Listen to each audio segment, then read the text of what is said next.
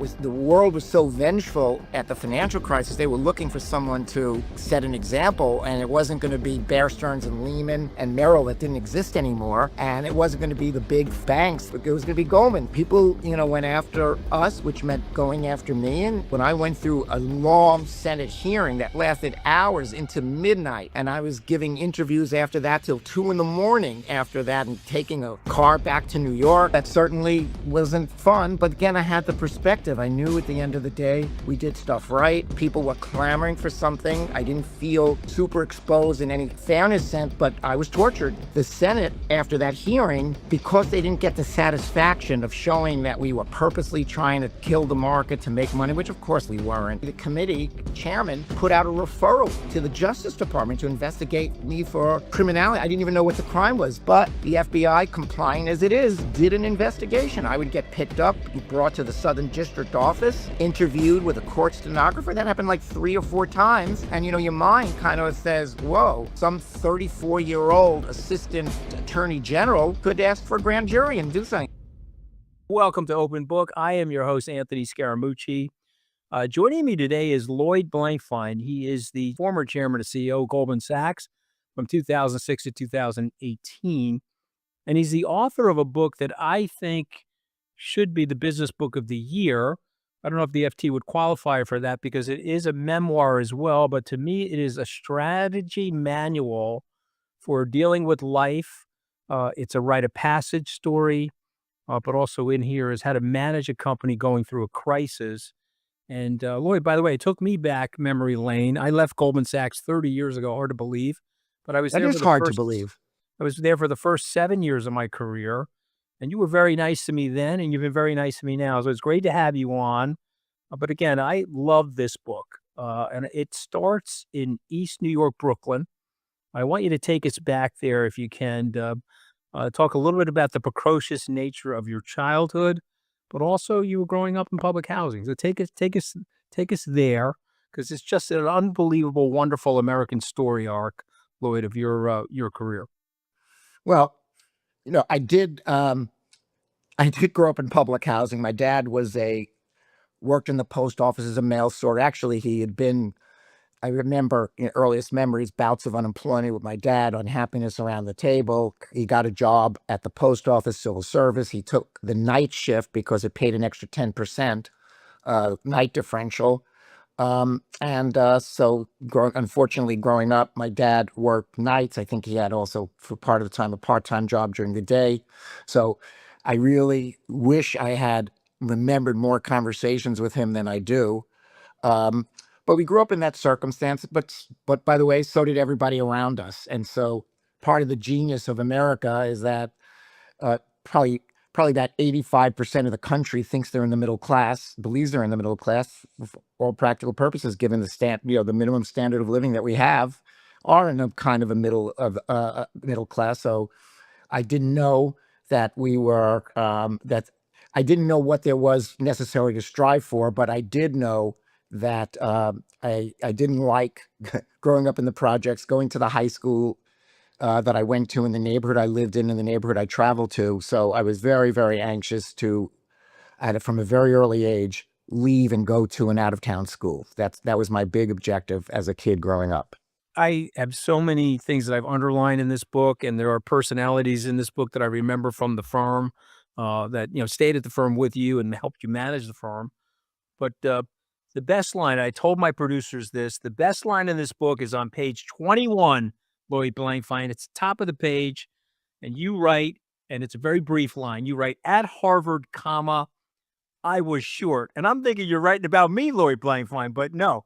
What did you mean by that sentence? At Harvard, I was short. I hadn't gotten around much.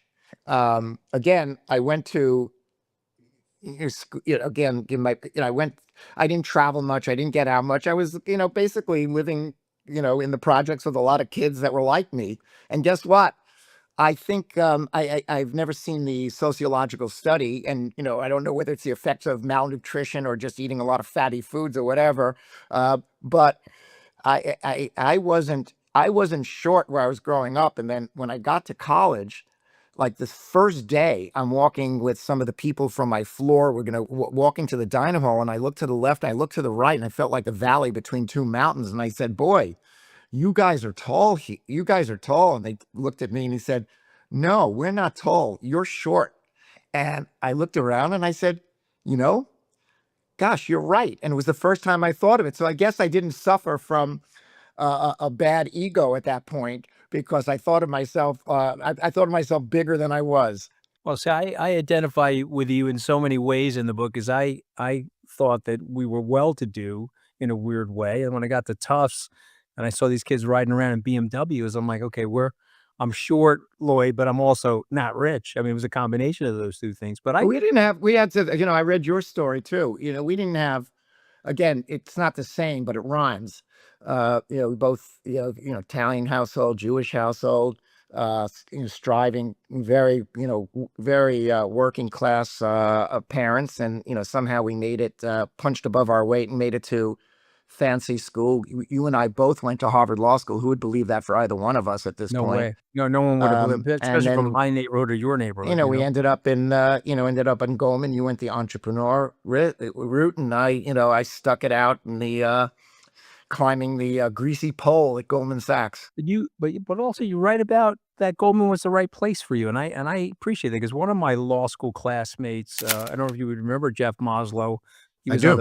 He was on the banking side. He was well suited to be a Goldman Sachs partner, and he did the same. He took your career track. It just for me, I always wanted to have my own business. That was one of my career dreams, and so we pursue the paths that we pursue, and life takes us where it goes. But there's something in the book I was dying to ask you about because threaded throughout this book, Lloyd, is you're coming into every room.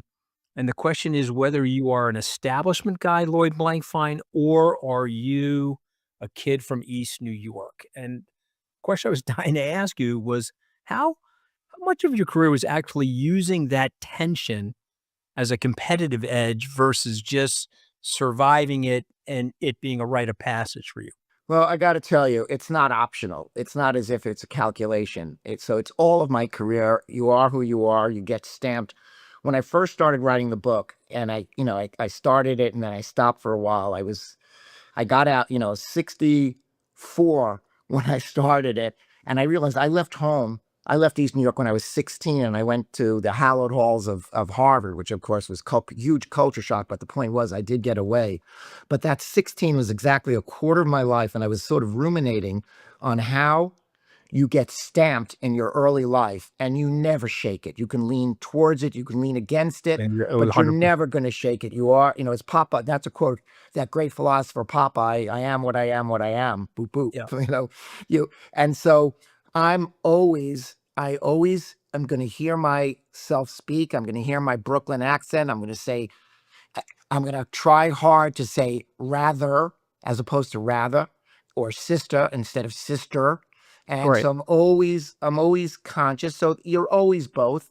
At some point, you just go with it and decide that although you're lucky for it because there are burdens to every position, but there are advantages to every position. Well, there's Um, also empathy. I mean, it made you a better I mean, when I read your book, I see a person that has gone through every segment of the society economically.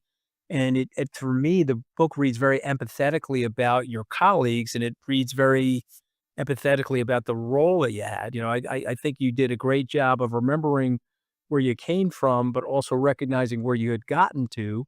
But there's always that tension. And so that's yeah, something. I And by the think way, that's what I always try to impress upon people is people grew through Goldman Sachs is think about who was in your position when you were striving and going up and you become that person. Do you realize that you could put a name on it? Like the first time I realized I had a job that that Bob Rubin had when I first got to the firm. Bob Rubin was then Treasury Secretary, was co-head of the firm for a while. And I said, my God, when Bob Rubin walked into a room,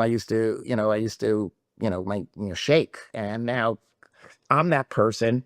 You have to realize how people look at you. And when you grow up like us, stepping out of yourself and seeing yourself in the room and being self-critical, by the way, is unavoidable, Often it's really good, but sometimes it gets in your way too, because you end up second guessing yourself. You end up not living in the moment. Sometimes you end up walking out of a room and, you know, magnifying, the things you woulda, coulda, should done differently, because you always grow up with that perspective on yourself. But in other ways, it's hugely helpful to be able to put yourself in other people's shoes.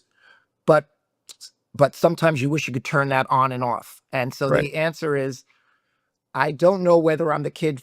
I am the kid from Brooklyn, and I was the CEO of a very influential firm, and they got me for that job. I'm both. Thank you for tuning into Open Book. And if you haven't already, please hit the subscribe button below so that you're the first to know when our new episodes drop each week. We got a lot more coming. And now back to the show. Yeah. But I mean, listen, probably shouldn't gush this much. I'm supposed to be this objective journalist on these podcasts, but I was like, I love the book so much that I bought 100 copies. Every one of my summer interns, we hired 20 people for the summer. I try to help these kids out from school. They'll get a copy of the book. They'll have to discuss it with me. I gave it to every person at my firm, Skybridge. I almost said Goldman because I'm thinking about Goldman, but I've given it to a lot of my friends to read. There's just so many touching stories in the book. I want to go to one that really moved me as well. Your mom made you rotate the rug so it wouldn't wear unevenly, right? So I identify with that because as an Italian in that community, Lloyd, we had rubber runners. You may have remembered those if you walked into an Italian apartment. My mother and my nana, they had plastic over the upholstery, Of course, we did too. and they had rubber runners going How was down it the sitting thing. when you on a summer's day? How was it coming in from Oh outside when my it's God, 90? sticky. When It your was house sticky. isn't air conditioned, it's 97 degrees, and you sit down on a plastic, wrapped in By the way, and the sad thing is, of course, none of it even made any sense, because when my parents finally moved away down, they moved to Boca Yoka number 4, or whatever development, they got in West Palm Beach. They The furniture was like pristine. It was like still in the wrapper. But again, we're talking about these things, and it's not really the whole point of things. But I'm that way. I'm still that way. If somebody gives me a new sweater, I don't want to wear it until it's old, until it's sat in my drawer for about 8 years and is out of style, because I just didn't want to get anything new dirty. But I not only identify with that, I think it also affected me in terms of my risk taking on Wall Street. Sure. I've done well, but I've been a pretty good risk avoider on certain things. I think it has to do with my upbringing. I guess my question to you about this is, what did that teach you about risk growing up like that, rotating the rug? I always had, again, I don't know what it stems from, and I don't know if there's a linkage in this. I don't have my degree in psychology or, um, but I definitely, always worried about the darker side of things, how things would go, looking around corner. It's something that I wish I could turn on and off, because sometimes it clouds what otherwise should be an unabashedly, unambivalently happy moment, because I'll start to think what could go wrong, what could take it away. But It I think it happened. helped you. It helped you in the 2008. We're going to get Yes, to I mean, look, the like anything 2008 else, price. Yep. things are positive and things have a dark side, taken too far.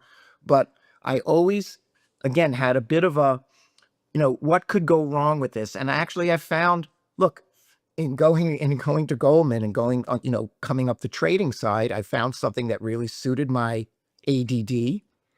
I was very, very good at intense focus, but you asked me to work on a project straight through for, 3 days. I was good for, I could get, for me, getting 5 hours worth of work done was usually, working for 2 hours and procrastinating for 3, and I'd get 5 hours worth of work done, because I was very intense in the 2 hours and very, procrastinating and fidgety during the other 3 hours in order to make the other 2 hours work.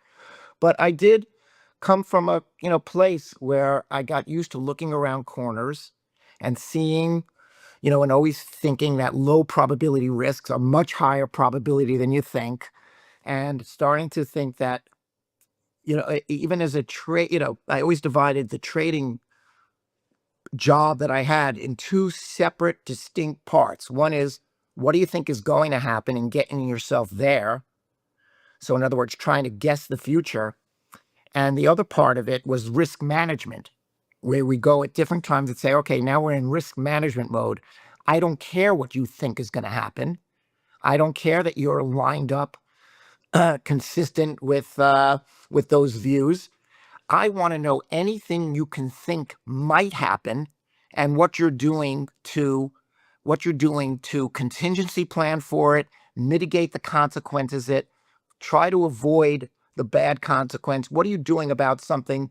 No matter if you could think and conceive that it could happen, tell me now what you're going to do about it or what you're doing already to mitigate the consequences. And that's risk management goes. I remember going around a room, at various financial crises that we've had. I said, okay, we're in risk management mode. And somebody will say, well, I think, and I go, I don't care what you think. And then that person would say, oh, if you don't care what I think, then tell me what you think. And I said, I don't care what I think.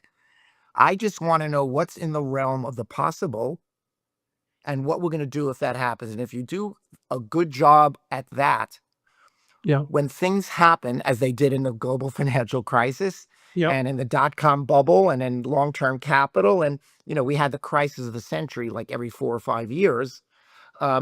When you do good contingency planning, you get off the mark so quickly when something adverse happens that people think you anticipated, that you guessed it. And no, you were just a very, very, very good reactor. So again, two different modes. We were big risk takers. We try to get the market right. But sometimes when we didn't understand what was going on, we'd go into risk management mode, try to get closer to home and try to think of all the things that could affect our balance sheet. And our balance sheet was huge. So nothing could happen anywhere in the world that didn't affect us. And by the way, about 90% of the time, they accused us of causing it anyway. Well, yeah, I mean, that's another part of the book, but I want to go to something that, and this could be hagiographic on my part, by the way, because I left Goldman with very good feelings about the firm. Some of the partners actually helped me, like Mark Winkleman and David George and others, helped me get my firm started. When I launched it, I was actually a private banker for John Weinberg, and I celebrated my birthday with him. I was born on January 6th. I used to go with Jack Shepherd, really taking you down memory lane. But I used to go with Jack Shepherd to the Four Seasons Grill Room. John had a office on the 10th floor. You guys had a No, I satellite used to, office. when he retired, I used to go out to lunch with him like once a quarter. I just did it, for, in appreciation after he long retired. Yeah. Yeah. Well, so I was his banker. So I went to see him regularly, probably I would say 6 times a year, but specifically for his birthday, me and Jack Shepherd, his old roommate from Princeton, who fought in the Second World War with him, we would sit in the grill room together. And he was the culture carrier extraordinaire, as you and I both remember the legendary John Weinberg. And one of the things he said to me, Lloyd, which is so evident in this book, is that some people grow, other people swell. Remember him saying that, Lloyd? He Yep, said I that all do. the time. You remember him saying that? Yep. Trees, Lloyd, I'm going to say the sentence and you finish the sentence. Trees don't, Obviously grow. They don't grow to the sky. they don't grow to the sky. That's See, I mean, cliche, yes. this is the stuff that you and I grew up with at the firm, and it's imbued in your book. And I want to talk about the culture of the firm. You're embracing it from East New York. You're not, let's just face it, you're a non-establishmentarian, but there's something warm and embracing about this culture that you ride to the top job. Look, And so, I think so it was talk about because, that if you don't mind. yeah, in a way, it was because I didn't grow up in it. I kind of came in through the back door. I applied, I practiced law for a while. I applied to Wall Street like everyone does after 4 or 5 years. You go get a different job when you're in a law firm because it's such a miserable life being a lawyer and a junior lawyer in a law firm. I didn't get a job at any of the big firms, including Goldman. I got a job at J. Aaron and Company, which was acquired by Goldman, which is how I got in through through the back, and that was a small commodity trading firm. And I grew up through through the then commodity division, um, and started accreting more responsibilities, in trading and sales as it went on. But because I was an outsider, and because I was always felt a little bit out of things, when I got to college, other kids had gone to prep school. I went to, failed high school in East New York. I was always a little bit remote. I didn't dress it. I didn't go, I didn't have the same life experiences that other people had at that point. I didn't track. I was always a little bit out of it. And when I got to a great institution that I could do well, and I just hugged it, because I just really, for the first time, I felt really grounded and had a great platform and was part of a great team. Whereas before that, I was just felt more of an outsider. Now, I could tell you the culture of Goldman Sachs is very strong. And I think, by the way, one of the great achievements of Goldman Sachs has been maintaining that culture that I started with when the firm was a partnership, and you started with as well, and kept that partnership ownership culture this more than a quarter of a century after the firm has gone public. And that is a great kind of achievement, and it has consequence. Now, what's the culture? It really is a partnership, an ownership culture. It's like the people you work with are your and technically they were. That's what a partnership is.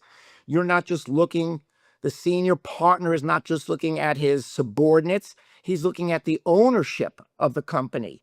And as owners, they feel entitled to information, to know what's going on in the whole firm, not just their cylinder. If you work at Amazon in the retail part of the firm, you're not really asking a lot of questions or getting a lot of information about AWS part of the firm, the cloud part of the firm. But at Goldman, everyone felt they were tied. The compensation was tied to how the firm as a whole functioned. You got more information. You had expectations that you'd be consulted on things. If you're the senior partner, you have to socialize the things you want to do, and you get pushback. And guess what? You sometimes go 5 rounds with people, and you may change your mind, or you may not change your mind, and you may slow it because you think the organization can't take it. In a public company, it's more of a chain of command, response, obedience, the buck, and and the people don't honor it. And so there's real consequences in terms of your feeling. If you're a junior person in the firm, you come away with a sense of ownership. And if you're running the firm, you have to respond to people as if you're there by the consent of the other owners, which in a partnership you are.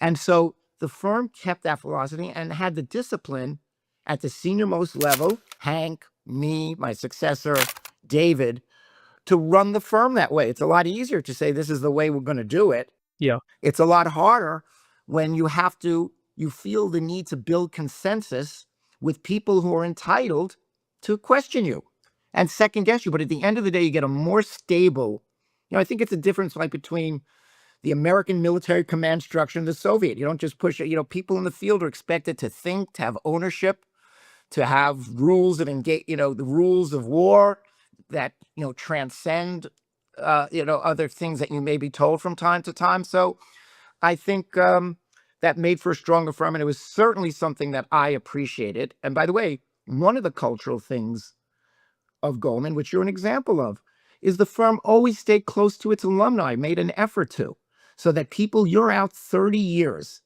And if you're describing yourself to someone, at or near the top of your list is your ex-Goldman. So you're at the firm 7 years, gone 30, and you still partially identify as Goldman. And the firm works at that. There would be times when great people, I'm sure people didn't want you to leave, and you go, oh my God, my heart's breaking. This guy is leaving. I'm mad. I'm this. Go into a room, count to 100, come back out, and wish the person luck and say, what can we do to help you? Well, I got a tremendous amount of help from my colleagues at Goldman, some former partners, current partners, et cetera. And I always have a warm spot for Goldman. I would say this to you. When I left, my father, who was a crane operator, was very nervous for me. And he was like, you're leaving this big company and you're going to start a company based on this PowerPoint presentation. I mean, I said, well, no, Dad, I learned a lot from that firm. I'm going to use a lot of their practices, a lot of their compliance practices, all these different things, which frankly, we still use today. But I was going with the culture for another reason, Lloyd, because, you know, we're getting up there, you and me. Process matters, doesn't it? Because I do find that the people that stick to process do better than the people that are lone wolf operators. Am I You know, wrong in it's like saying that, anything sir? else. You could find examples on both sides of the ledger. If you live in Silicon Valley and, you'd rather apologize and get approval and things don't always, you may not, you could see people have evolved a whole ethic and a sense of management style by eschewing process. Now, that may work. And by the way, you hear about the success stories. You don't hear about the other 99 that crash and burn. Right. But in a place like Goldman, which is very big and very consequential and a big balance sheet, where if you make a mistake, and by the way, this has come up a number of times, where your big balance sheet, which is levered, and you make wrong judgments, you could do damage to the economic system, to the markets as a whole. And so you we found out, and I found out, found out in 1994 when the firm had very little process, that we're so proud of our non-bureaucracy, but I think we've taken that pride to an excess. And let's get a little bit more regular surveillance on what we're doing. Let's have a different set of people look at what risk takers are doing, because you can get loopy and go off in the wrong direction and not get reeled back in. Let's have some more process. And so after the crisis of 1994, again, there's a crisis all the time. In 1994, if you recall, you won't, Oh, a yeah, lot of you guys listeners. sold a piece of the business of the Command Trust. I was there, when we went through that crisis, and I was told, I was in PCS at that time, so I was on a salary. I was on sort of a Oh, just to draw say for what my happened, that's when the Europeans raised yeah, interest rates by 6%, not yeah, 6 basis points, yeah, 600 remember basis points David Aston, you remember that whole in a the few months, and everyone thought they weren't. And so guess what? When you lower interest rates, asset prices swell in value. When you raise interest rates, they contract in value. yeah. And like physics, like relativity. Yeah, Um, exactly. and Remember Buffett said interest rates are the physical gravity of assets, right? That's what they are. And Yep. so it was a shock, and we were, not in great shape. And guess what? You discovered the riskiness of what we had, and which didn't feel that risky when things were going well, but when they were going poorly, they suddenly felt a lot riskier. And that was when we put in, after that, we put in a regular risk committee that met, that went over stuff again, trying to walk the line between not being, being an entrepreneurial risk-taking enterprise, but having some surveillance that we could rely on to let us avoid, that which an extra set of eyes could prevent. Well, listen, there's so much to talk about. Unfortunately, I have a 30-minute podcast, but I want to just say a few things about the book because I read it and then I went back and I've underlined a lot of it, by the way. And I'd love to probably have lunch with you at some point and really talk about it. But Sure. the thing that I really got from the book was your self-awareness. And to me, you wrote about yourself in a very vulnerable way, not just your upbringing, sir, but your time as the manager, if you will, the CEO going through a financial crisis at a time where you and many other CEOs were the poster boy for some negativity in the press. And by the Sure. way, I have been there, Lloyd. I've had my face X'd out on the front of the New York Post as a member of the Trump survivor. You know, anymore. I'm getting my ass fired Oh my after God, I have a whole series. Somebody made a whole billboard for me of my caricatures in the right, New York exactly. Post. And the headline, the label of it was the Daily Tabloid. Right.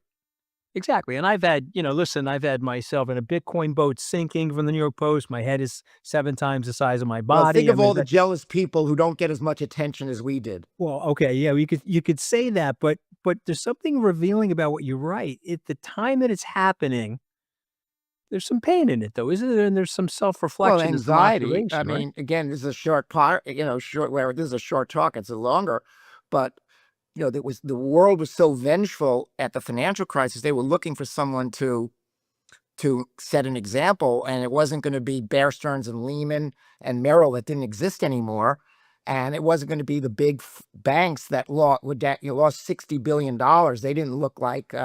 But it was going to be Goldman that did relatively well in the thing. Didn't lose money in the financial crisis, not because we knew what was going on, but because we ran a much more hedged, sensible book. But people went after us, which meant going after me, and I knew what my role was. I had to play my role, and I talk about this in the book. I'm not sure how it wasn't a secret, but I don't think people were as focused on it as I was. But when I went through a long Senate hearing that lasted hours into midnight, and I was giving interviews after that till 2 a.m. after that, and taking a car back to New York, and we that was that certainly wasn't fun, but again, I had the perspective. I knew at the end of the day we did stuff right. People were clamoring for something. I didn't feel super exposed in any fairness sense, but I was tortured. Again, the Senate, after that hearing, because they didn't get the satisfaction of showing that we were purposely trying to kill the market to make money, which of course we weren't, and everybody really I mean, it's super understood hard that. to do that, as you and I both know. Of course, and everybody understood that we were buffeted by the same forces as everybody else. The committee chairman, put out a referral, like, to the Justice Department to investigate me for criminality. I didn't even know what the crime was. Potentially was giving bad testimony in a hearing, but the FBI, complying as it is, did an investigation. I would get picked up, brought to the Southern District office, interviewed with a court stenographer. That happened like 3 or 4 times, and your mind kind of says, "Whoa, I know I'm fine. I know there's nothing to it." But some 34-year-old assistant attorney general could ask for a grand jury and do something. It didn't happen that way, but it could have. That certainly gets you to focus. Well, listen, I have a lot of empathy for it because I've been in those situations as a public figure and in the world of politics. People probably wouldn't realize this, but in some ways, I'm your doppelganger. I took a different career path and did sort of a entrepreneur's route from Harvard Law School, and you did the corporate route. But Yeah, but we we were could all in the financial markets. We overlapped. I mean, we knew what each other was doing at the whole time. No, but I mean, my point is that there's some vicariousness to your career that I really do enjoy, and I think it came out in the book. I admire what you've done with your career, but I also admire your thought process because it comes from your life experience. And so I want to go to that because in the middle of all this, you've got to beat lymphoma, and some of my friends have had lymphoma. It's a tough disease. I don't know if you remember Mort Lacker. He was actually a very close friend Yeah, of they're different John. kinds. Like, I had blah blah blah. Yes, it was. It's so funny because this goes back to my statement that I always had a fatalist streak. So I'm always, you get your annual physical. In this particular one, it was out of cycle because I was feeling off, and then I was feeling more off. And then and I noticed I went to the doctor, was coughing, went to the doctor, and he gave me, throat lozenges for my cough. And I left, and it was still not, and for me to go to a doctor other than for my regularly scheduled was a big deal. Went back in, and I got a chest x-ray, which showed nothing. And I'm going and I'm walking with friends, and I said, similar to, "You guys are walking fast." They said, "No, you're walking slow." And then at home, I lived in a split level house. And when I walked up the stairs, I was falling, walking up because I wasn't clearing the riser. And eventually I went back in, got a CAT scan, and then that lit up like a Christmas tree. And I had, it's blood cancer, a million tumors, but they're all blood cancer tumors in different places in your body. And I had to deal with that. And when I started, that was kind of a 50-50 outcome.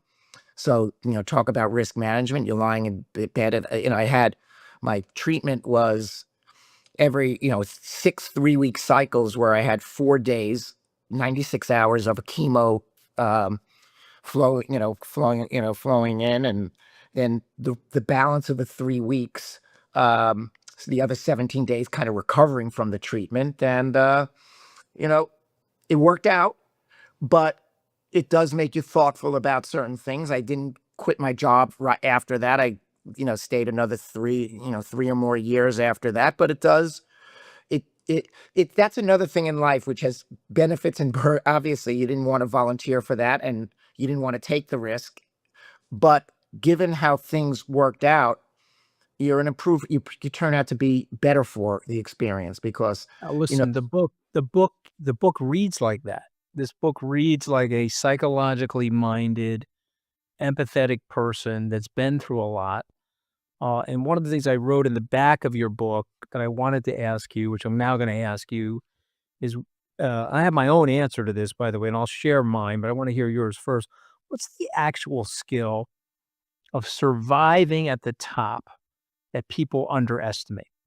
I think communication, showing who you are, and wrapped up in communication is authenticity, who you are, not Yeah, pretending. that's You it. know, That was my answer. I can be humble because I feel humble. I said, maybe if I were, if I had your head of hair and I was 6'4", it would be harder to be humble.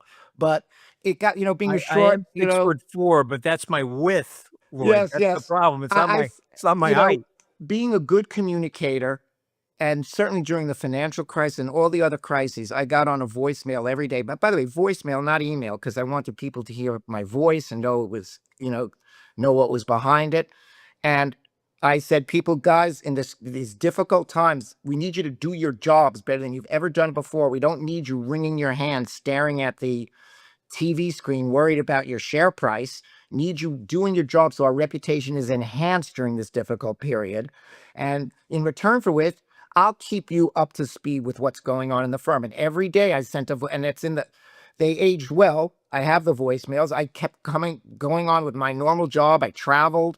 The problems of the firm traveled with me. If I was getting off in France or in China, I could work just as well. The phones work just as easily from there. And I kept communicating with people constantly. And it turns out the quieter you are when people don't know what's going on, that's when fear takes over. And if you communicate and people are on board with you, it just made for a more resilient. So I'd say communication, resilience. I always liked is an important character because over your life cycle, things are going to go wrong periodically. Everyone in poker over a lifetime of playing gets the same hands statistically. It's just who plays them better. And so I'd say that that's a very important thing. I'd say reading history teaches you resilience because, we go through cycles and at the highs, you have to bring people down to reality. But by the way, at the lows, you also have upside down bubbles where people get too negative and it's going to sort out. And then trying to convince people that their reputations are going to be made in these difficult times, so they should act well because their colleagues are going to be very important 20 years from now. Even when you're a junior person, you're the cohort that's going to run the world, and your reputation with these people are going to be formed and impossible to change because of what you do today in these difficult times. So, I'd say authenticity, openness, a real conviction that you're not the smartest guy in the room, and especially at Goldman Sachs.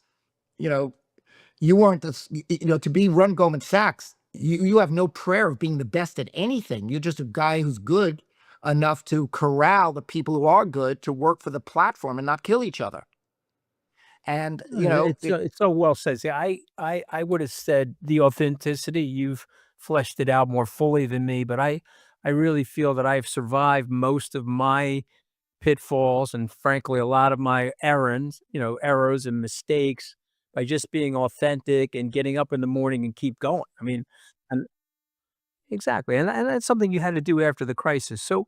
So I have a part of the podcast where we take 5 words from the book and then we have a raw shot test with the author. Okay, I picked out 5 words with my producer, but before I get there, somebody told me over the weekend that one of your kids is getting married. I think you've got a kid that's just got engaged. yeah, So my mazel. second son just got engaged Okay, good. happily. So mazel tov on that. Thank you. But if you had a grandkid, and I'm talking 50 years from now, so it's It's a grandkid And that you. I already have 4 from my older kid. Okay, so there you I only go. have 1 producing well so far, but it's a gusher. All right. Well, there you go. The goal is always to get these kids off our balance sheets, although somehow I No, feel no, no. like my I like my them on kids my are. balance sheet where I can control, where I have some Well, there influence. you go. See, now you've spoken like an Italian Yes, grandmother, exactly. Blankfein.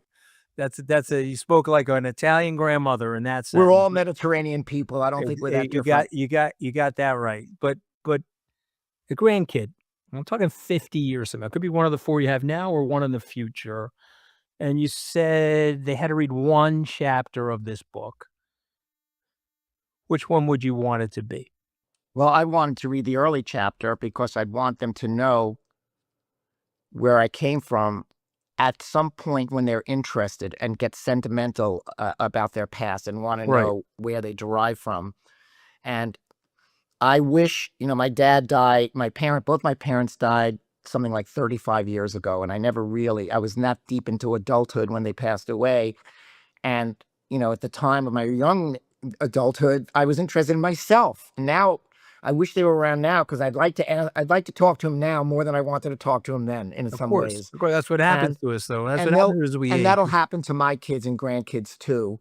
And that was what I really thought of when I wrote the book. I didn't know that it would get published. I was writing, because it was such a formidable undertaking for me. I couldn't have conceived of it, but I incremented my way to a book by first saying, I'm going to write the story that I'd like my kids to read when I'm not in a position Oh, to I respond. mean, that's why it reads so well, and that's why the book is so compelling. We both know who Sidney Weinberg was, the father of John Weinberg. Of course, he was shining shoes for people in the 1920s. He goes on to become the chairman of Goldman.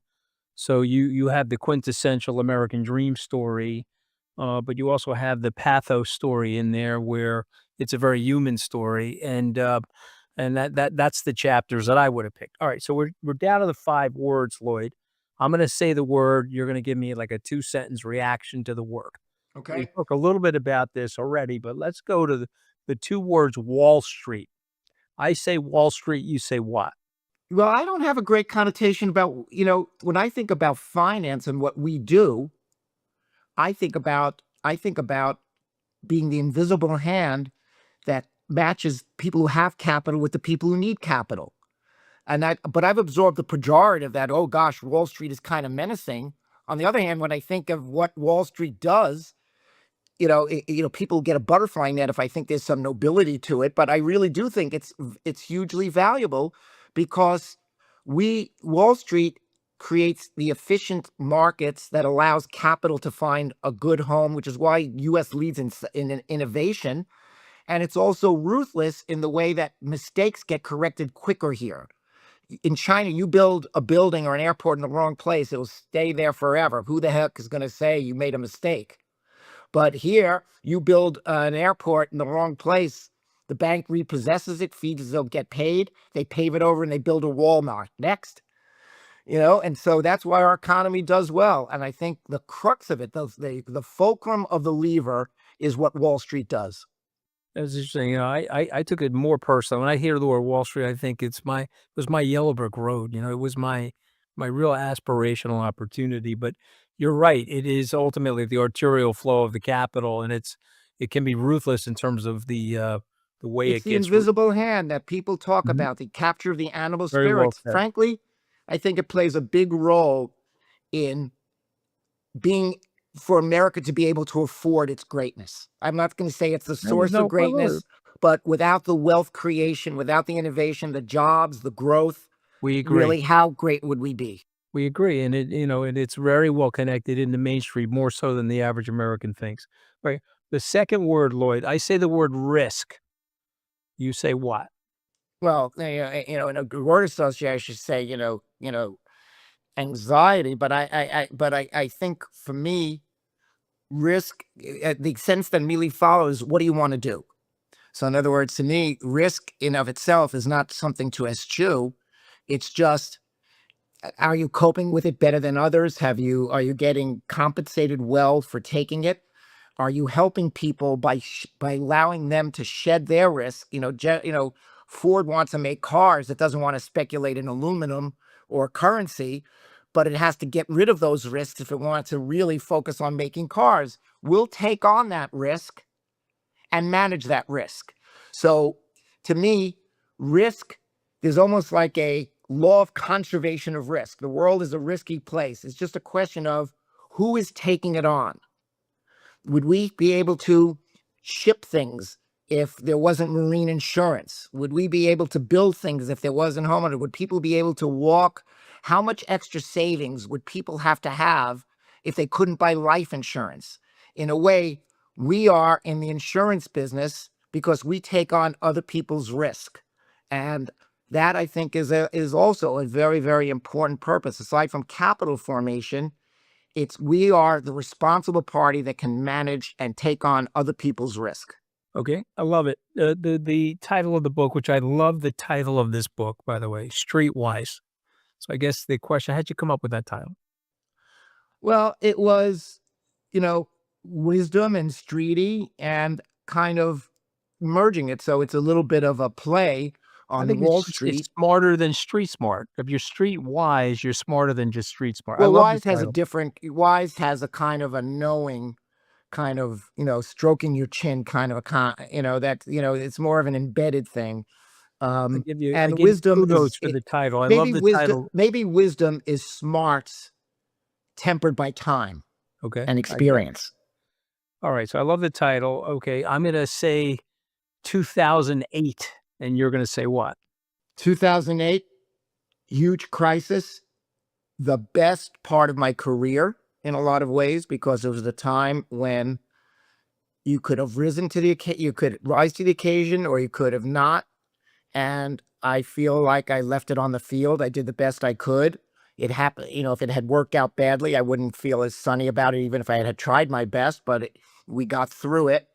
Um, so that was the existential part of the crisis that we did better than anybody else. And in fact, we did well. And it was an inspiration to a lot of people in the firm for a long time that we managed that, because we went into 2008 as the big risk takers that we are. And yet we managed to get ourselves to, we didn't recognize what would happen, but we recognized that stuff was happening.